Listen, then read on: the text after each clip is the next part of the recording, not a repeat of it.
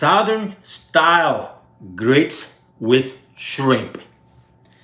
And this one is without the cheese because I want to make sure that both the grits and the shrimp are equal co-stars. And if you're worried about milk, I explained how to make this one flexible. You can use any type of milk you want. So I'm going to show you a couple of tricks. Doesn't have to be milk, could be almond milk, could be coconut milk, and could be other things. And remember, if I can cook it, so can you. So go nowhere. Let's create. So I always like to start with this very key step, and by the way, these shrimps have the head, and they're shrimps. You know that because they have the hump. That's how you know they're shrimp. And I'm going to boil them first, and there's a reason for that. The reason I'm boiling them is because I want to use this water, with the shrimp. Instead of using regular water or chicken broth or whatever, I want to use this water to cook my grits. So I have the heat at medium high. Sea salt, because I'm going to use the water. Ground black pepper. So about 5 minutes later, see how the color changed to orange? That's what you want. So you pull them out, because once again, you're going to be using some of that water or broth. And I'm going to put them here because I'm going to peel them later. So let's go with the grits, Southern style. And everybody in the South, they have different ways of doing it. So I'm going to share my style. Now, the other day, I had a video for the polenta, which actually consists of cornmeal. And sometimes I say, yeah, the grit, whatever, so people understand what polenta is. But this is completely different. This one I'm using old-fashioned grits. There are other variety of grits, like stone grinded, which is the stone grinded is the one I prefer, hard. But I couldn't find it, so I gone with the old-fashioned. And what I got here, I'm going to use about a cup of the broth from where I boil the shrimp. And I got this for now a medium high, for now. And actually, let me reduce a couple notches above medium only. I'm going to put a tablespoon of butter. And I'm going to get this to simmer. As I do that, I'm going to put some salt. So I wanted to give you some flavor. And I'm going to let it simmer. Let me put a little bit of pepper, ground pepper. No, a lot, just a little bit. This is not breakfast grit. The breakfast grit is cooked differently. So now that the butter melted and the broth is simmering a little bit, I'm going to add about a cup of the grits. Move your stuff, stir, because you don't want things to lump. Like some people prepare grits and when they're done, you see those lumps there. Nasty, huh? Just move it, Keep going. Keep going. See how I'm doing it? I'm not going crazy, I'm just going slowly.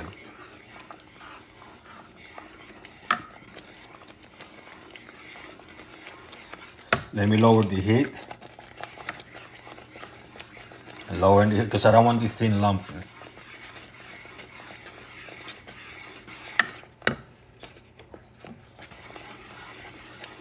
And I lower it close to medium low.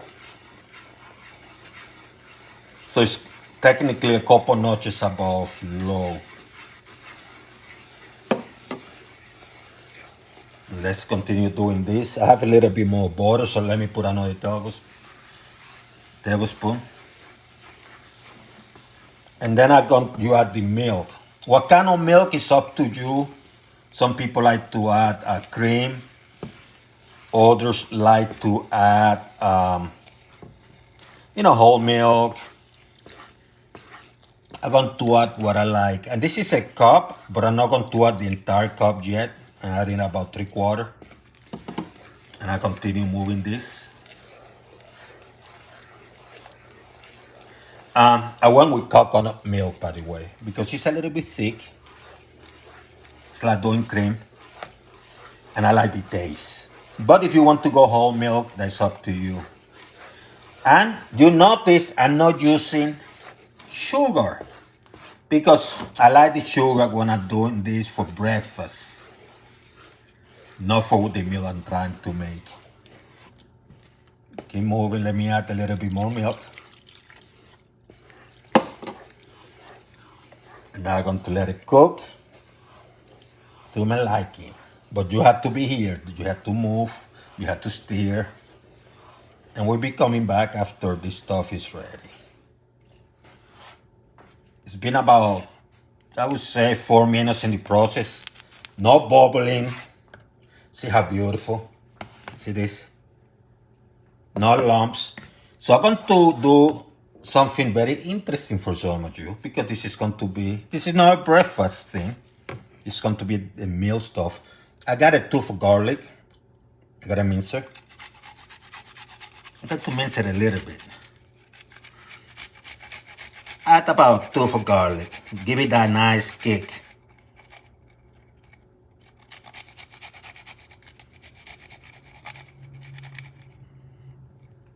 See the minced part. Not the chunks. You get the chunk out of the way. And continue cooking. With the taste. Let me add a little bit more salt.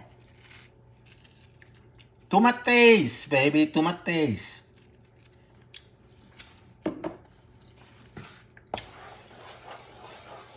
It's been cooking for 5 minutes.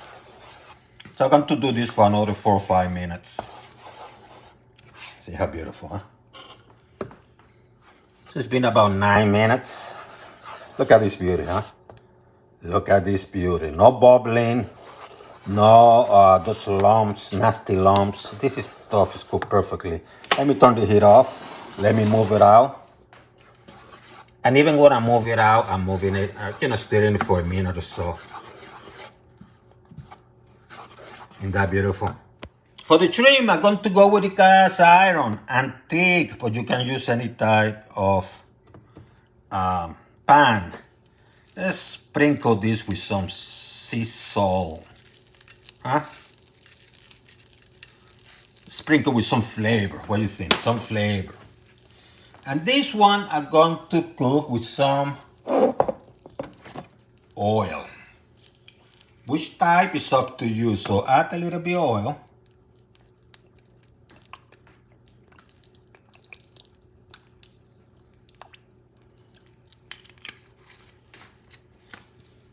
And what I'm going to do now, optional, some cilantro leaf. Ooh, look at that. That's the sound of the music, my friends. That's the sound of the music. So what you're going to do now is move some things around a little bit.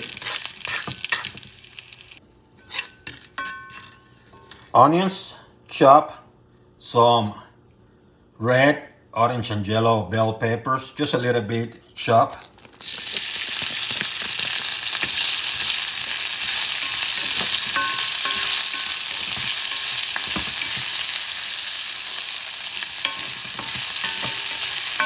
Move this for a couple of minutes, maybe a minute. You want to caramelize, you want the flavor. So for about a minute. About 45 seconds to a minute later, move the heat to medium. Bring your shrimp, already peeled, the one that you boiled earlier. I'm not going to cook it all, I'm just going to cook a little bit. See how beautiful? Mix those flavors together.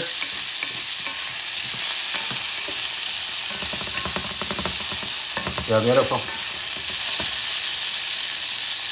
I grated a tomato, farmer's market tomato, grated my tomato sauce.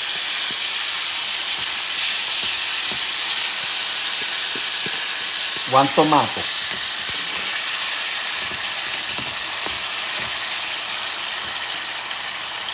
Smoked paprika. Add some color and flavor. Not a lot, just a little bit. See? Ooh, smell it here, huh?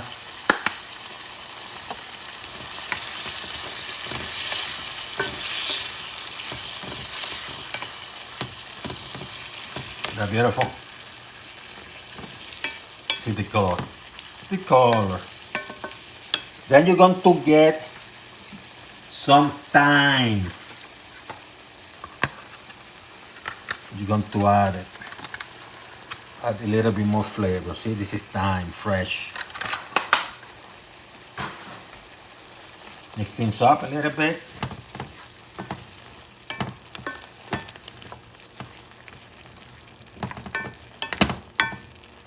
You can cut the head of the shrimp if you want to. I'm going old school. Like if you were talking to the fishermen and getting your shrimp from there, you know, it's not a lot of fanciness. It's deliciousness, what we focus on. Now it's a good time to give it a tiny taste to the sauce. It's perfect. Otherwise, I would have to add salt, 1 tube of garlic, minced, and adding the garlic now, because if I would add it at the beginning, it would have burned. And I wanted to have sufficient time to saute the bell peppers and the onion. But now that I have the sauce and things like that, things are working perfectly. If you want it with a little bit of kick, optional, very optional. Red cayenne pepper. It's up to you. I'm going to add a little bit because I want it with a little kick. Kind of that Creole, southern, but more to the Creole side of the South. Look at this beauty, man. I'm telling you. Woo!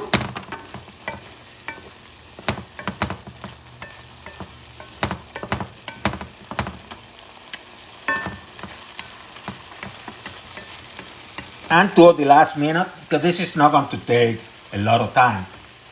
5-6 minutes, maybe 7. I got some chive, which in essence are like tiny green onions. Let's put it out there. And let's put it there. And keep them there. Lower the heat to low. And cook them there for about a minute. So you still have the crunchiness of the green onion, the chive I should say, but at the same time it's not too dry or anything. And listen, this is pretty much it.